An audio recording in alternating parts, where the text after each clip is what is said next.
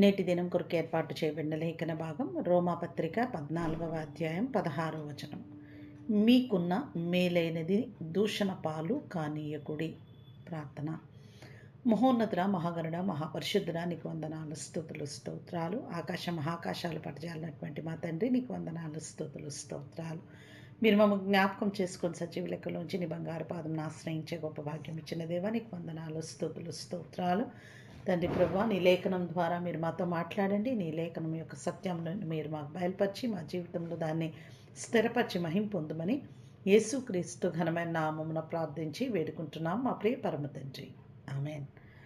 ప్రియమైన దేవుని బిడ్డలారా, ఈనాడు మనము అపోస్తులుడైన పౌలు రోమా సంఘానికి రాసిన పత్రికలోని 14వ అధ్యాయంలోని 13 నుంచి 23వ వచనం వరకున్న ఆ లేఖన భాగం ధ్యానం చేస్తూ అందులో ఒక వచనాన్ని ఆలోచన చేయబోతున్నాం. ఇక్కడ మనం చూస్తే గనక పౌలు మరి రోమాలో ఉన్న దేవుని యొక్క సంఘముతో మాట్లాడుతూ చెప్తూ ఉన్నమాట ఏంటంటే, ఆ మొదటి వచనంలో మనకు కనబడుతుంది, విశ్వాసము విషయమై బలహీనుడైన వానిని చేర్చుకొనడి, అయినను సంశయములను తీర్చుటకు వాదములను పెట్టుకొనవద్దు అని చెప్పడం మనం చూస్తాం. కాబట్టి ఆది సంఘం, ఇంకా అప్పుడే కట్టబడుతున్న సంఘము, ధర్మశాస్త్రాన్ని అది పాటిస్తున్న సంఘము క్రీస్తు ప్రభువారి యొక్క బోధను అర్థం చేసుకొని క్రీస్తుని వెంబడించడం నేర్చుకుంటున్న ఆ సంఘము అప్పుడు ఆ సమయంలో కొన్నిసార్లు కొన్ని అనుమానాలు, కొన్ని భయాలు, కొన్ని విశ్వాసము కలిగి ఉండటానికి వీలు కాని పరిస్థితులు కొందరికి ఉన్న కారణం చేత బలహీనమైన విశ్వాసం కలవారిని మీరు చేర్చుకోండి అని చెప్తూ, అయినను ఏదైనా అనుమానాలు ఉంటే, ఏదైనా డిసగ్రిమెంట్స్ ఉంటే, ఇదే కరెక్టు అదే కరెక్ట్ అని ఏదన్నా వాదనలు ఉంటే కనుక మీరు గొడవ పడద్దు అని చెప్తూ ఈ వచనాలను అక్కడ రాయడం మనం చూస్తాం. కొంతమంది ఈరోజు మంచిదని చెప్పుకుంటారు, ఆ రోజు మంచిదని చెప్పుకుంటారు.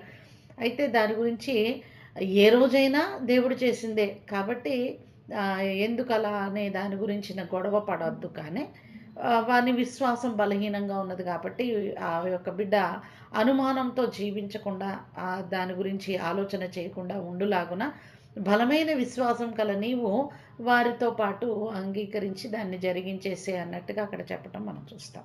ఇంకా మనం చూస్తే కనుక ఆది సంఘంతో ధర్మశాస్త్ర బంధకముల నుండి క్రీస్తు ప్రేమచే విడుదల నొంది క్రీస్తు రక్తంలో కనబడి పరిశుద్ధపరచబడి విశ్వాసంతో నిత్య రాజ్యపు వారసులుగా తీర్పు పొందటానికి కట్టబడుతున్నప్పుడు వారిలో కలిగి ఉన్న అనుమానాలను కొన్ని ధర్మశాస్త్రమునకు విరోధంగా ఉన్నప్పుడు పౌలు వాటిని పరిశుద్ధ ఆత్మచే నడిపింపబడిన వాడే వారికి విషిదపరచడం అనేది మనం చూస్తాం. ఇది కేవలం మంచి దినము, చెడు దినము అనే దాని గురించిన వాదన అయితే, ఆ తర్వాత నిషిద్ధమైన దానిని భుజించటం గురించి చెప్పడం చూస్తాం. మొదటిగా ఏమంటారంటే, నిషిద్ధమైనది అని చెప్పినప్పుడు కాదు అని కానీ అవును అని కానీ మీరు విమర్శించొద్దు. ఇతరులకు అభ్యంతరకరంగా ఉండవద్దు, ఏ విషయంలోనూ అభ్యంతరకరంగా ఉండదు. తాను విశ్వసించిన దానిని బట్టి ఇతరులను నిందించవద్దు. నీవు గనక ఇది ఏమీ కాదు అని అనుకున్నప్పుడు దాని గురించి నీ విశ్వాసాన్ని, బలహీనమైన విశ్వాసం అంటే అది తింటే ఏదో అవుతుంది అనుకునే వాని మీద రుద్దటానికి ప్రయత్నం చేయొద్దు. తాను విశ్వసించిన దానిని బట్టి ఇతరులకు నిందించవద్దని చెప్తూ కట్టడి చేయవద్దని కూడా చెప్తా ఉన్నారు. ఎందుకంటే వారిని అంగీకరించాలి అనేది, వారు అంగీకరించాలి అనేది ఒక ఆర్గ్యుమెంట్ వలన కాదు, కానీ అంటే అంగీకారంలోకి రారు. కానీ వారిని ప్రస్తుతం అనగా మొదటగా ఏంటంటే అసలు ఆ వ్యక్తిని ఒక తప్పు చేసేవాడిలాగా లేక ఏమీ తెలియని వాడిలాగా అన్నట్టుగా కాక, క్రీస్తు ప్రభువారు మనల్ని బలహీనుల్ని ఎలా అంగీకరించారో మొదటగా వారిని అంగీకరించండి, వారిని యాక్సెప్ట్ చేయండి అని చెప్తూ, బలమైన విశ్వాసం గల నీవు నిషిద్ధమైన దానిని తినినను నాకేమి కాదు, ఇది కూడా నా దేవుని సృష్టియే, లేక నేను ప్రార్థించి తిని అనే ఉద్దేశంలో ఉన్న విశ్వాసంలో ఉన్న నీవు చక్కగా తిను. కానీ బలహీనమైన విశ్వాసం గలవాడు అమ్మో ఇది తింటే ఏదో అవుతుంది అన్నప్పుడు వాని కొరకు నీవు తినద్దు. ఎందుకంటే వాని విశ్వాసం బలహీనంగా ఉన్నది.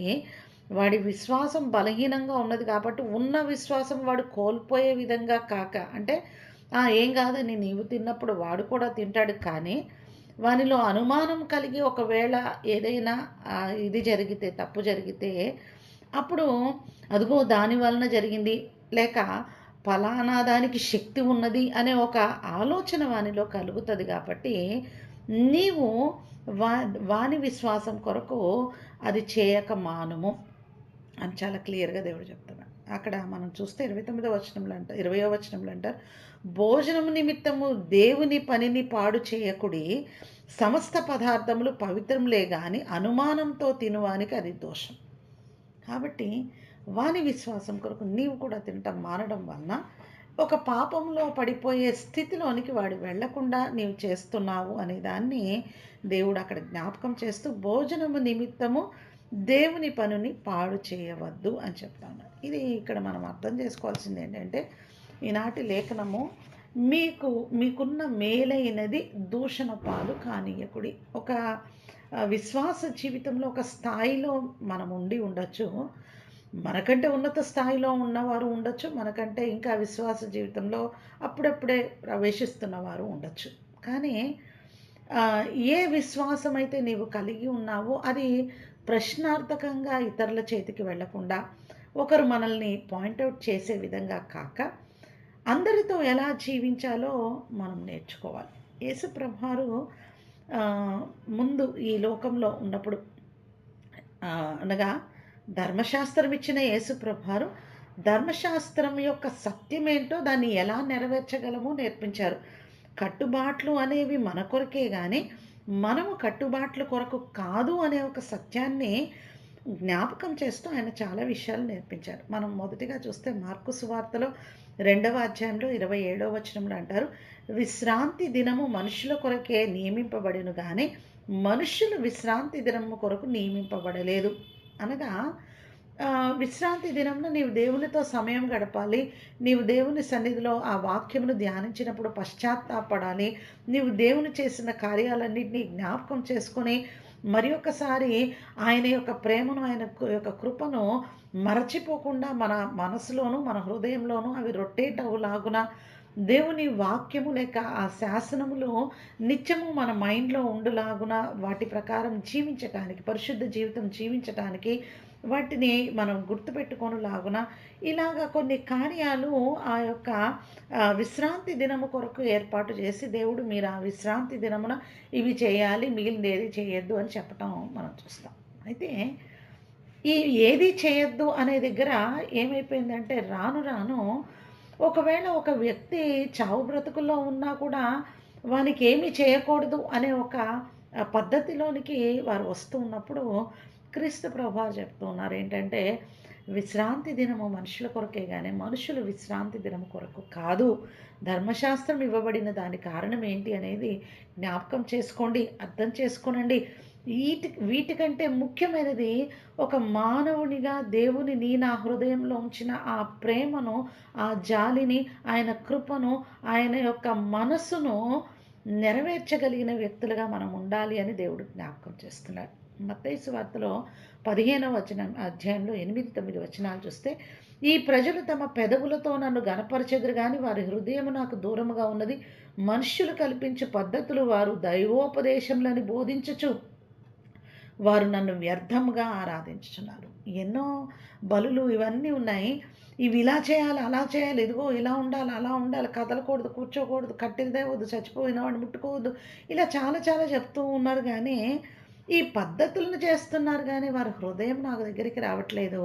ఆ హృదయంలోని ప్రేమతో ఈ లోకంలో ఆ ధర్మశాస్త్రాన్ని అవసరమైనప్పుడు దేవుని చిత్తం ఏమై ఉండొచ్చు, దేవుని మనసు ఈ విషయంలో ఏమై ఉండొచ్చు అని ఆలోచన చేసుకొని ఆ యొక్క లేఖనాన్ని మనం నెరవేర్చే వారంగా, దేవుని చిత్తాన్ని నెరవేర్చే వారంగా ఈ లోకంలో ఉండాలి అని దేవుడు జ్ఞాపకం చేస్తూ ఉన్నాడు. అదే మాట ఆయన అంటాడు యెషయా గ్రంథంలోని 1వ అధ్యాయంలో 11వ వచనంలో, విస్తారమైన మీ బలులు నాకేలా, దహన బలులకు పొట్టేళ్లను బాగుగా మేపిన దూడల క్రొవ్వును నాకు వెక్కసమాయను, కోడెల రక్తమందైనను గొర్రెపిల్లల రక్తమందైనను మేకపోతుల రక్తమందైనను నాకు ఇష్టం లేదు. బలులు కాదు దేవునికి కావాల్సింది, హృదయం. హృదయాన్ని అనుసరించి చేసే ఆ ఆరాధన అది ఆయనకి కావాలి అని ఆయన అనటం మనం చూస్తాం. మత్తయి సువార్తలోని 5వ అధ్యాయంలోని 20వ వచనంలో ఆయన అంటున్న మాటను మనం చూస్తే గనక, శాస్త్రుల నీతి కంటేను పరిసయ్యుల నీతి కంటేను మీ నీతి అధికము కాని యెడల మీరు పరలోక రాజ్యంలో ప్రవేశింపరని మీతో చెప్పుచున్నాను. ఆనాడు శాస్త్రులు చేసినట్టుగానే ఈనాడు నీవు నేను చేసినట్లయితే, దేవుని యొక్క ఉద్దేశాన్ని నెరవేర్చలేకపోయినట్లయితే, మేలైనది చేతిలో ఉండి దానిని దూషణ పాలుగా చేసుకునే వారంగా మనం ఉన్నాం.